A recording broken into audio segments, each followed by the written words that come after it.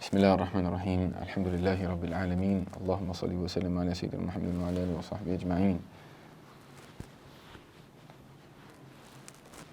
So over the past few sessions we've been discussing some more effective ways to communicate, and communication is significant because it affects our relationships, it affects our connections, and ultimately it's an opportunity to approximate and really understand something about our connection to higher connections, higher, more important relationships, our connection back to Allah subhanahu wa ta'ala. The tongue, as we know, what we vocalize, what we speak of, is indicative of the state of the heart. So to be mindful about that which we speak and to use it as an opportunity to deepen our insight into the realities of our own selves, to learn more about who we are, and then also to go through a process of cultivation. But in order to go through a process, in order to approach a methodology, we have to have, once again, a set of coordinates, we have to have certain guidelines. And in perusing through some of the chapters of the Ihya Ulumuddin by Hujjat al-Islam Imam al-Ghazali, he points out, due to his mastery and his insights into the prophetic tradition, he kind of codifies some of the do's and don'ts of how to speak. And the way he articulates it is almost like defects. So it almost has a kind of, normally a defect is something which is ascribed to some kind of physical condition, but he talks about your actual ability to speak in a prophetic manner. If it moves away from that, it's considered a defect. So it's actually closer to almost like a disease or an illness, an ailment within ultimately the nafs, the ego, which therefore can be remedied. If somebody has a speech impediment, which is something physical, it can often be very challenged to remedy, but this is something which can be remedied, as it's So, he lists 20. We probably won't have time to go through all 20. I don't know if people are either pleased or, disappointed with that, but we're going to peruse through a few of them. Some of them they're all relevant. It would be wrong to say that anything that's mentioned is irrelevant, but some of them are just more applicable to our current context and time. So for brevity of time also, just really wanted to focus on those things which are really common in our language, really we have to deal with every day. Either we may catch ourselves doing, or we may be in situations where we find other people doing it. And what we wanted to do is really kind of equip ourselves with a methodology of how to navigate through those situations. So we're going to go and focus today on the particular defect which he mentions, al-fuhsh was-sab wa bada'at al-lisan. All kind of the same kind of thing. It's related to the same thing. It's a kind of fuhsh is kind of speaking in a way which is foul, not necessarily foul language, but things which are foul, which are inappropriate, and it's related to bada'at al-lisan, someone which is just kind of foul-mouthed, as you may say in English. Now the definition of this, the balance for this, is that which people who are typically refined, cultivated, they would veer away from using those words. So it's somebody that's very isn't cultivated, isn't refined in their speech. Now in the context of the deen, we're not talking about cultivated and refined in terms of a class, like a hierarchical kind of sense. What we're talking about is a prophetic standard. So the people that are closer to the prophetic way, that which they would typically veer away from using. Now, seb is cursing. You could say, like in English we use the words like swearing, like a swear word. This would also fall under this category. Seb is also like kind of like dissing someone, calling someone out, cursing someone out. Which is different to La'n, which is another chapter, which is the actual to take an oath, to say may God curse you. That's not what's spoken about here. That's actually a separate chapter. It's something typically you find it because of the nature of the language Unfortunately, you find it in some circles within the contemporary Arab world. In the English-speaking world, it's just not really part of our language. You know, we don't have people saying, "May God curse you." There may be equivalents to it, but the reason why Imam Ghazali mentions it is because it's almost like a dua. It's really serious. Like you're making a dua against someone. And unfortunately, such as the, I mean, it sounds like a heavy word, but the real degradation of what's, some aspects of our ummah is people, they'll curse their own children. They'll curse their own house. And part of it is just complete stupidity and not thinking about things. Now, it comes to an important point which is related to this particular session. We could say, I didn't mean it that way. That's not what I really meant. And many people, for example, in the context of la'an, of cursing someone, bringing a curse upon one's own house, were you to ask them, do you know what you've actually just activated? They'd be like, no, that's not what I meant. But in Islam, words are important. Words are of absolute importance. They're sacred, and they're binding. So a person is married by virtue of an exchange of words. It's a verbal contract. Similarly, a person is divorced through a verbal contract. And if a person uses the actual term divorce, it could actually lead to affect a person's divorce. And there are many people, unfortunately, that have these kind of, once again, it occurs more in certain subcultures. But they'll say certain things like to curse a woman, for example, but use the utterance of divorce, and it may actually be affecting. So these are things not to play about with language, really to honor the language that we've been given. It's the great gift to Bani Adam, our ability to communicate and exchange verbally. Let's honor that and let's not abuse that. So words have huge implications, absolutely huge implications. And this particular chapter is really about cultivating and developing habits so we can move away those things which are just not the way of the teachings of the Prophet ﷺ. We wouldn't have found it with him. You wouldn't have found it amongst the Sahaba. You would not have found it amongst the Tabi'een. You wouldn't have found it amongst the Tabi'een. You wouldn't have found it, and anyone that follows in that way, with Tabi'ihim bi ihsan, and the people that follow them with ihsan. This is what, you wouldn't find these kind of utterances with these kind of people. So fuhsh is kind of like it can mean like lewd speech, that which is typically taboo for a reason. It's inappropriate speech. It may have some kind of sexual connotation. Sometimes it's related to things that are foul. For example, things which are people of the prophetic way would be shy over. They'd have a kind of haya. So relating to things like the aura of a person, calling it directly by its name, things that they would typically yatahasha, like they would just incline away from doing. And this is the way of a mu'min, of a believer, to cultivate these things. Now, culturally, if we're not used to doing these things, there are certain words terms which are just used, one may grow up with. And it's not seen as something which is foul. But if we want to be able to be cultivated people and be conduits to help cultivate a righteous society, then it's something that we need to work on ourselves with. We can't just say this is my culture. That's an aspect of the culture which Islam clearly. Imam Ghazali is not, a cultural predator. He wasn't Arab. He was a Persian. His mother tongue was Persian. So he's speaking strict deen here, what he's learned and inherited from the prophetic way, and unequivocally this is not part of that teaching. So he starts by saying, he quotes a hadith of the Prophet ﷺ, really to once again orient us, like, who are we receiving these teachings from?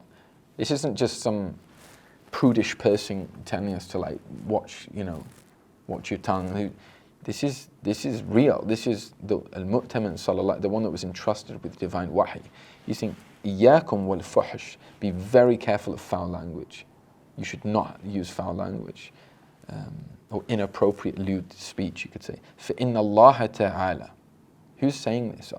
It's the Prophet ﷺ is informing us about Allah. لَا يُحِبُّ الْفُحْشِ. Allah does not like it. Allah does not love this. It's not something which Allah sees as appropriate or is content with. وَلَا التَّفَحُّشِ.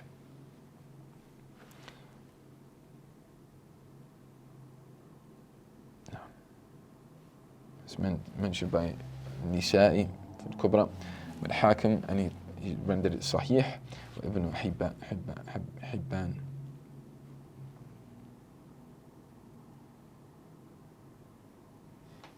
And in regards to just cursing people,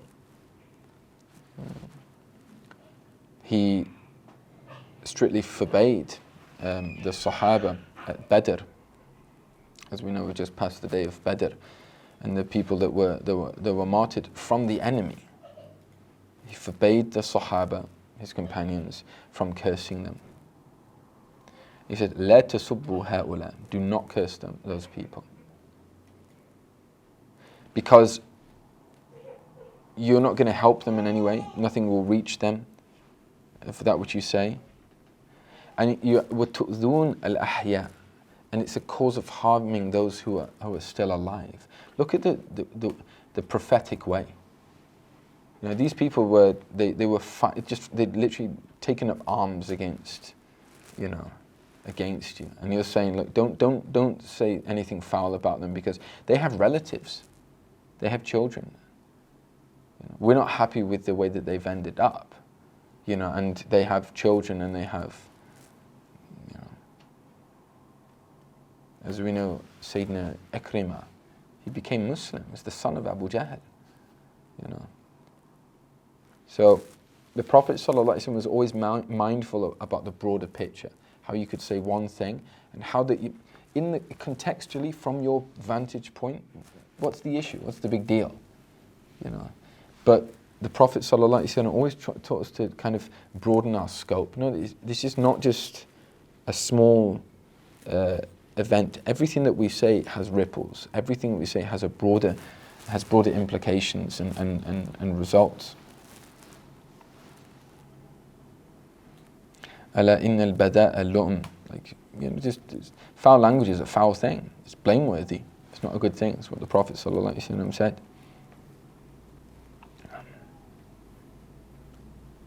And Imam al-Ghazali continues on to quote from the blessed teachings of the Prophet ﷺ, his blessed hadith, al-Sharif. وقال صلى الله عليه وسلم ليس المؤمن بالطاعان ولا لعان ولا الفاحش ولا البذيء. A believer is not a person who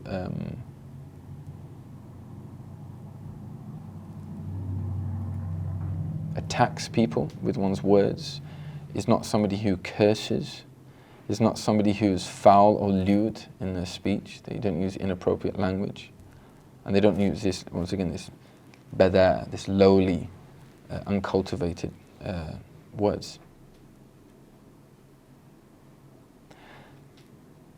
وعن جابر بن سمرة قال رسول الله صلى الله عليه وسلم إن الفحش والتفاحش ليس من الإسلام في شيء. So this kind of foul and lewd language has no place in Islam. ليس من الإسلام في شيء. This has no place in Islam. وإن أحسن الناس إسلاما أحاسنهم أخلاقا.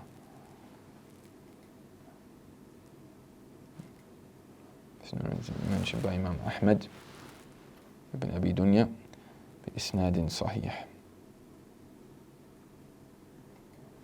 Indeed, the people that really take on their Islam in the most beautiful way, the greatest of those in their portrayal and their conveyance and their internalization of their Islam, their deen, are the greatest of those in character.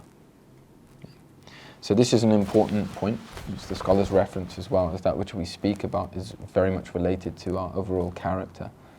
It has a huge part to play in our character.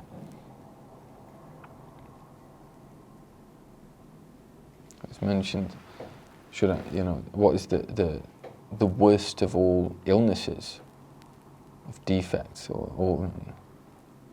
all kind of ailments. اللسان البذيء والخلق الدني. It's to have a foul tongue and lowly character. It's just seen for the people of this path, it was really seen as a really lowly thing. So then he starts to like unpack it for us. حد الفحش التعبير عن الأمور المستقبحة بعبارات صريحة. That's what it means. Just to be a bit too direct about certain things. In Arabic they have what's called kinaya, which you refer to something, it's inferred. It gives, instead of being directly speaking about the thing, unless, for example, contextually it's required. For example, in a particular medical context, it may be important to go into explicit detail for a particular reason. But we're talking about general speech, when there's no need, there's no necessity, there's there's uncalled for. And the people, he says, people of salah, the salihin, people whose hearts are cultivated, people of the prophetic way. يتحاشون عنها بل يدلون بالرموز. They move away from it. They don't incline towards that kind of speech, and they kind of use symbolic language. So, for example, in the human function of relieving oneself in the bathroom, typically people would not be direct and say that exactly. Even the word bathroom in English, you say to go to the bathroom. You're not going for a bath, but it's a form of adab, which is a beautiful thing within the language. Now it depends, but in some cultures they'll just say things like to refresh one's wudu. Can I go and refresh my wudu? Can I go and renew my wudu? Typically they say would be the direct translation. What it means, muqaddimat, and that which precedes a renewal of wudu. The person most likely, if they're of that state, they're in wudu anyway. It doesn't mean that they're in wudu, but to refresh it. Just these subtle things. And it's all about subtleties. It's what really kind of builds a person and builds their character.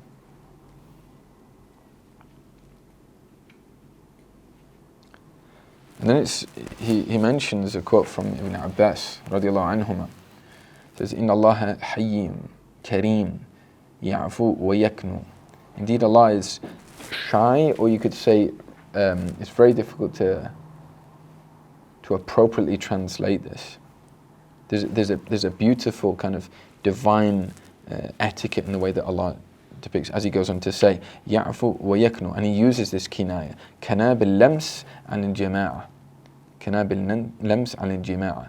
So in the Quran, when it mentions sexual intercourse, Allah uses the word lams, which just means to touch. When you touch a woman, it doesn't go into explicit detail, but what's understood is, there's lams here.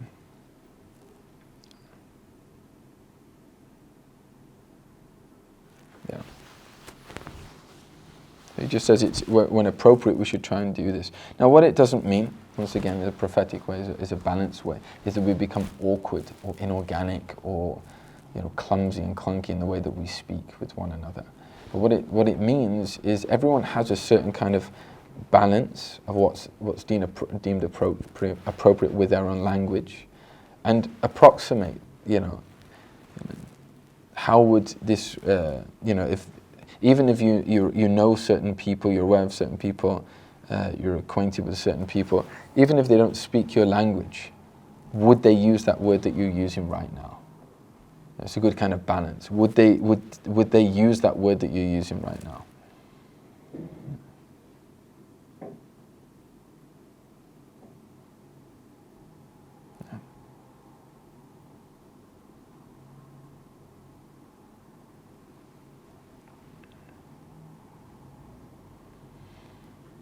He says, really important hadith, سِبَابُ الْمُسْلِمِ فُسُوقٌ وَقِتَالُهُ كُفْرٌ. Cursing another Muslim is fusuq, is fisq, you know,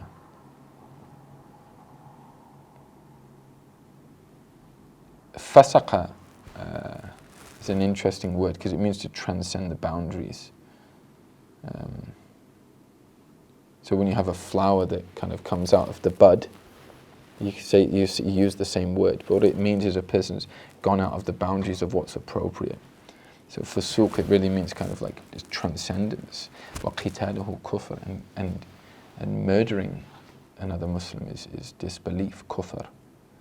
You know, and you know the scholars obviously they go into detail about what that actually means. Obviously, kufr doesn't necessarily mean disbelief. It can mean like kufran ni'mah, like a complete abrogation. You know, the audacity to actually take someone else's life, you know, into one's own hands. But it's one of the, as we know, one of the kaba'ir, and some of the Sahaba are even in disagreement whether that person, even if they died as a Muslim, would ever come out of hell for what they did. Really serious thing, you know.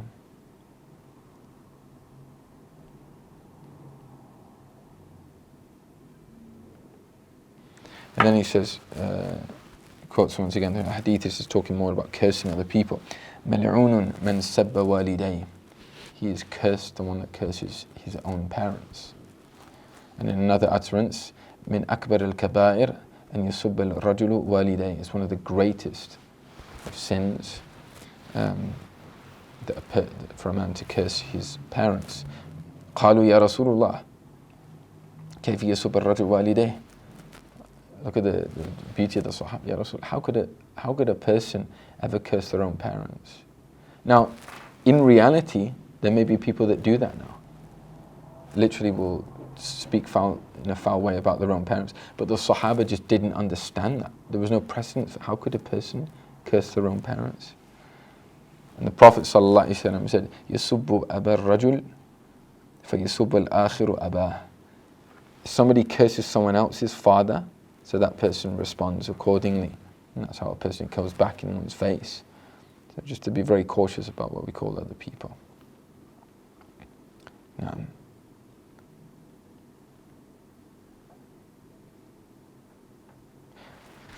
So, you know, these are the prophetic teachings in regards to foul language, inappropriate language, and cursing. They say one of the hardest things to cultivate is the tongue, is the way that you speak. And once again, particularly coming from, let's say, cultures where many of these things may be prevalent and not even seen as anything. It may just be used almost as, you know, as a means for emphasis. How do we now engage in this? How do we cultivate this when we're almost inundated? It's almost interweaved into our language. Well, firstly, that we really internalize the source of these teachings. This isn't just a self-help book.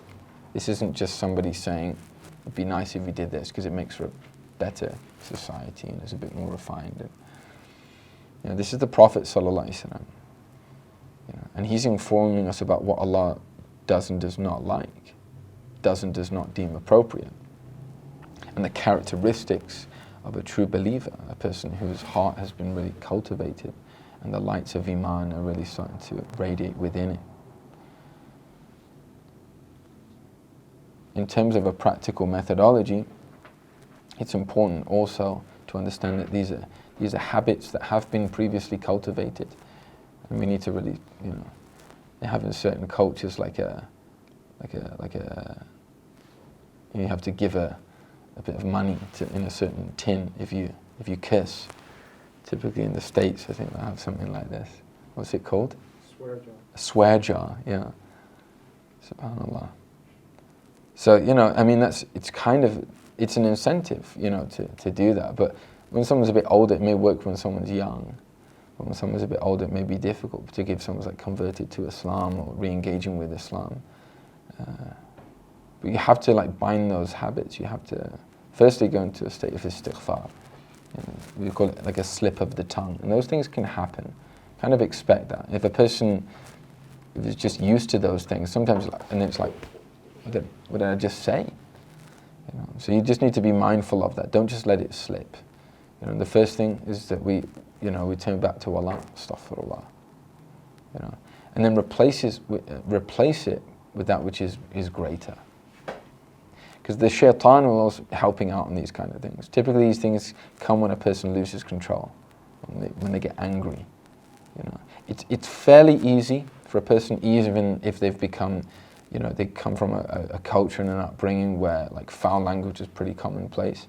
It's fairly easy if they're in a calm or a happy state to not engage in that. Because most people have a general understanding of what's appropriate. You wouldn't go on I mean, it depends, but like typically like below the watershed daytime TV show and start using foul language. People have a certain kind of, you know, understanding of the parameters of what's deemed appropriate and not, depending on the company, depending on the context. But people do have that gauge. It's almost innate within us of what's appropriate.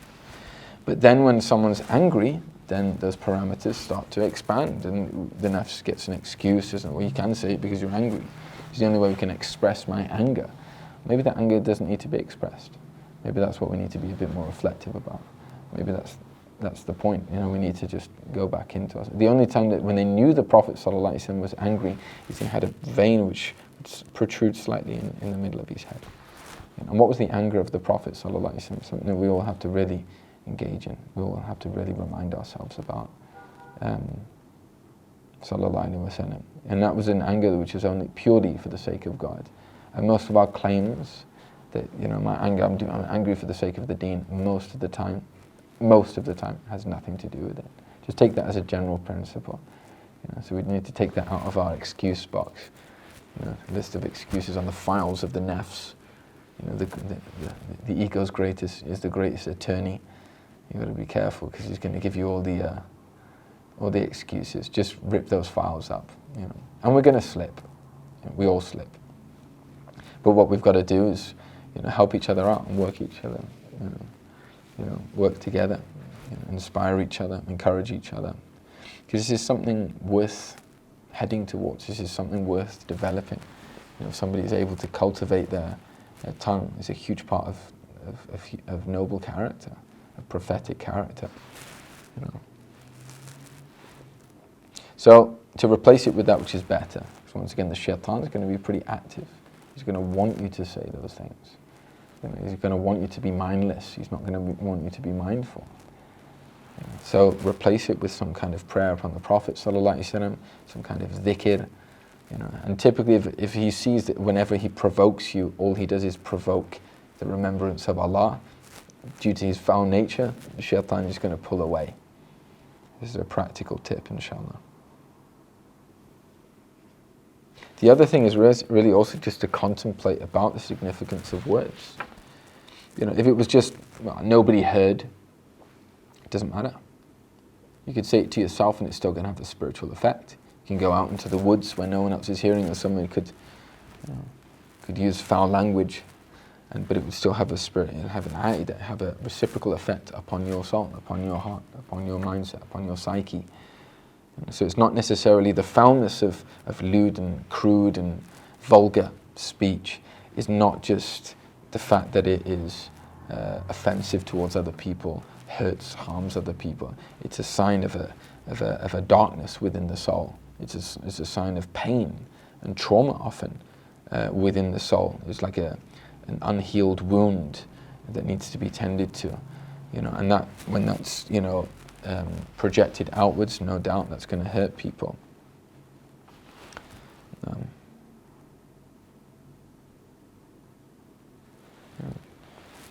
So really to think, meditate about what those things which we want to cultivate. Write them down.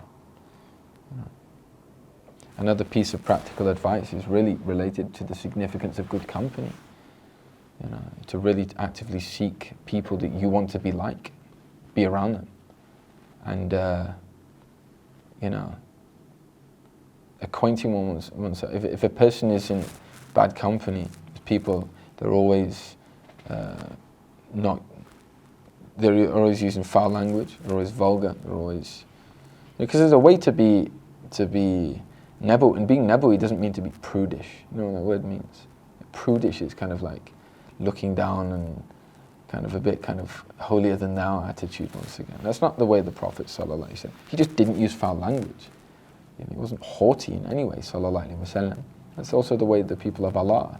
And typically if a person mentions something like that, it went in the company of those people, they won't pull you up on it.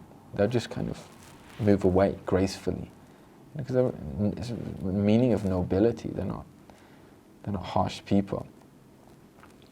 This has a real importance, you know. I'd really recommend that we all try and, you know, just be mindful of this, you know. You know, there's so much going on as well, like, you know, in our culture, which just exacerbates this.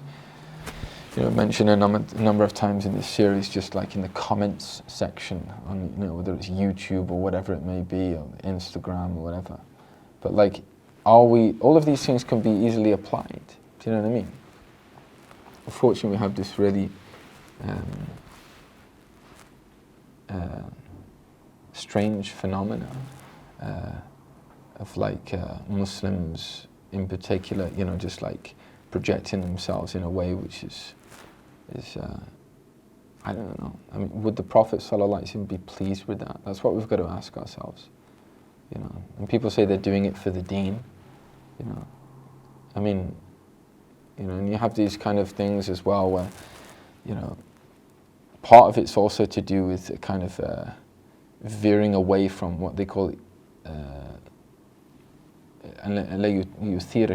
doesn't instigate some kind of like a sexual desire or a lust. It's a really important thing as well.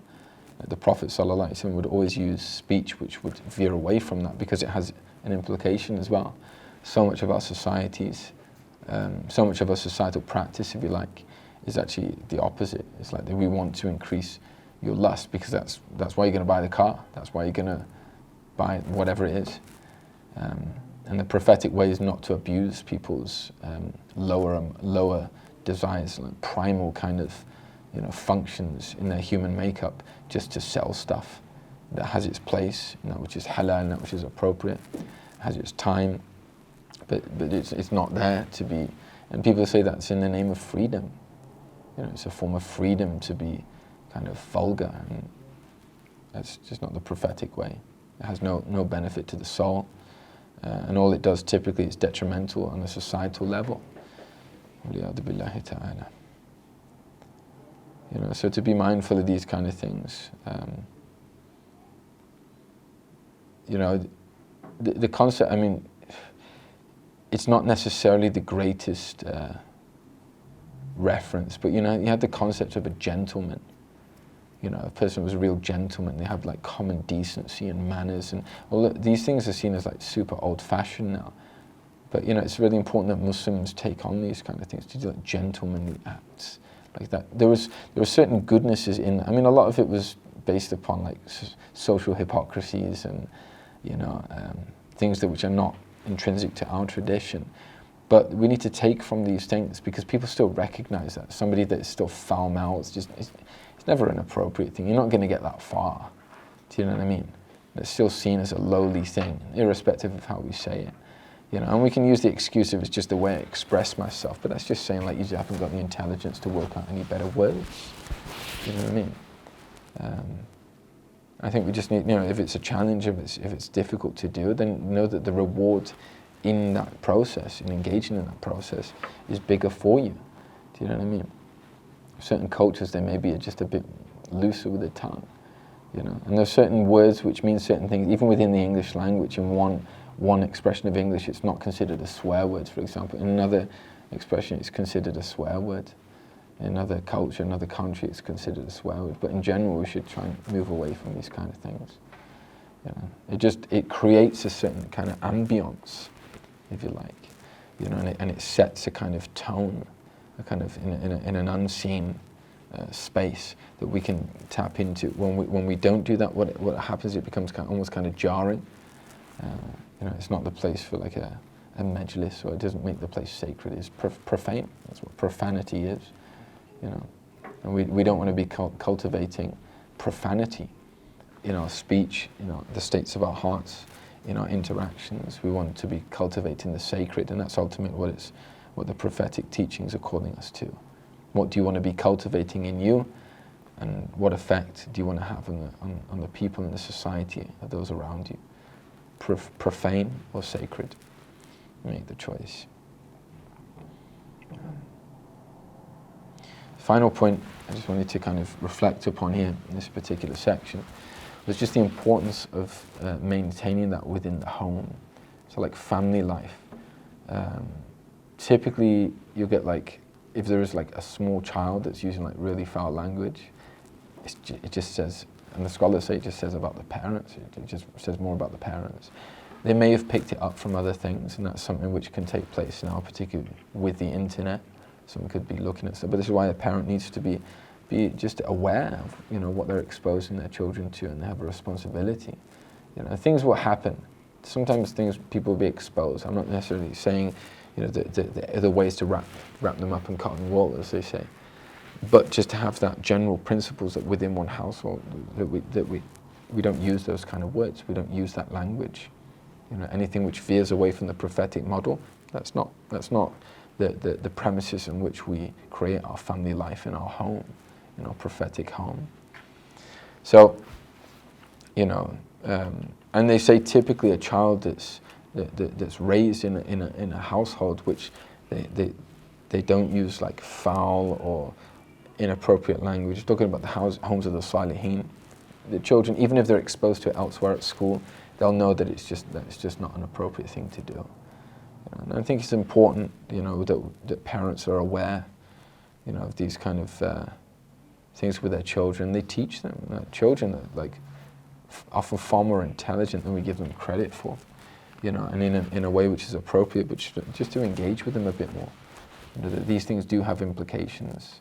You know, la ta'awid nafsak. You know, don't. They say, you know, don't habituate yourself, you know, upon these things. Really actively habituate yourself on good things, you know. And then there may be a few slips, but at least you recognize it now as a slip. It's not your customary habit. It's just shouldn't have said that. Astaghfirullah. Allahumma salli ala Sayyidina Muhammad wa ala alihi wa sallam.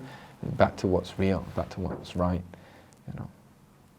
They also say as well, be mindful about, you know, speak about, you know, if we're allowed to take your soul, that's going to be the last word that you uttered.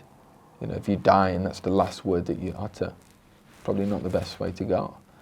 You know, and they say that many of the people that have, the awliya, the people that really devoted themselves, it's one of the great karamat that they had is that Allah literally caused them to die after mentioning the shahada. You know, some of them, you know, wabillahi tawfiq, with Allah is absolute success, and then they go. You know, and that comes from a lifetime of cultivating that space, cultivating that habit. You know, it's one of the reasons why they also say one of the spiritual effects of being accustomed to using the siwak. You know, they say like wash your mouth out. If someone's foul-mouthed, no greater way to purify it, both physically and figurative, like in a metaphysical sense, than with that which the Prophet ﷺ cleansed his mouth with also, the siwak. The taste is, once again, that sacred nostalgia. It puts you back into a zone. This is what the Prophet ﷺ tasted in his mouth when he you know, cleansed his mouth. And it has a spiritual effect, as the Prophet ﷺ said, taught us explicitly. You know, it's purifying for the tongue, and it's beloved to Allah. Mardatan lirrab, something which Allah is pleased with. You know, and these things are, you know, a good thing to do. You know, if all of these sunan, imagine if a person is like consistent upon the siwak, they're going to be less inclined towards using foul or inappropriate or lewd or crude or vulgar language, because you just pulled out the sunnah of the Messenger of Allah, and then you're just going to dirty it. You know, it's also part of the wisdom, part of the deeper realities in why we wash our mouths out when we're making wudu. You know, we don't. You know, some of the people that were at this unveiling, the spiritual event, were able to see the things coming out of a person's mouth. You know, and we're going to get onto in a later stage in backbiting. There were two women at the time of the Prophet ﷺ, and the Prophet ordered them to take out what was in their mouth. They said, we hadn't eaten anything, it's in Ramadan. and they coughed up this kind of foul stuff, and it was the result. It was a spiritual unveiling. It wasn't a normative thing which took place, but it was this foul stuff. And he said, this is a result of what you've been eating the flesh of you, backbiting. And that was an example in the prophetic seerah which took place, where that which is typically veiled and unseen came out into a physical, tangible reality. But all of these words have meanings. And once again, Imam Ghazali and all of the shuyukh will always encourage us, if you can replace it for that which is better, it's better for you. It has a better meaning, it has more reward, more light, more benefit in this life, in one's relationships, in one's interactions, as a conduit of Islam. You're a Muslim, a mu'min. To carry this light, we should be careful about that which we say, because that which we say have implications, and they carry a weight. The person that invented those words probably didn't have the most righteous of intentions. And the people that typically use those words, a person is with the one that they love. Man tashabaha biqawmin fahuwa minhum. A person that intentionally, actively resembles a peoples is from them. So, which peoples do we want to be affiliated and associated with, inshallah. May Allah connect us in this life and the next to the Prophet ﷺ, and to those whom he loves, and to the salihin of every time. Fi khairin wa lutfin wa afiyah. May Allah purify our tongues, give us strength to inculcate these prophetic habits upon our tongues, give us the ability to turn away from bad habits, especially in this blessed month of Ramadan, to the barakah and the blessing and the light of Ramadan. It's transformative, and we're able to take on these prophetic teachings and allow them to really penetrate to the depths of our lives, and to be people who are upright in the way that they speak and the way that they behave in following the Prophet sallallahu alaihi wasallam.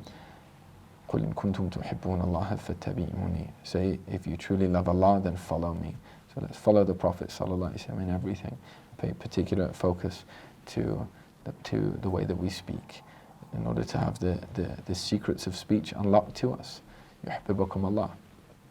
If you follow the Prophet, Allah will love you. And if you follow the Prophet in the way that you speak, what do you think is going to be disclosed? To that which, to a higher frequency of communication. You're going to be able to listen a lot more attentively and a lot deeper, and Allah will expose a person to things. كُنْتُ السَّمْعُ الَّذِي يَسْمَعُ بِهِ. I become the hearing by which he hears. So may Allah give us tawfiq. Wa sallallahu ala Sayyidina Muhammad wa ala alihi wa sahbihi wa sallam. Walhamdulillahi Rabbil Alameen. So, Fatiha wa ila hadratin Nabi. Fatiha.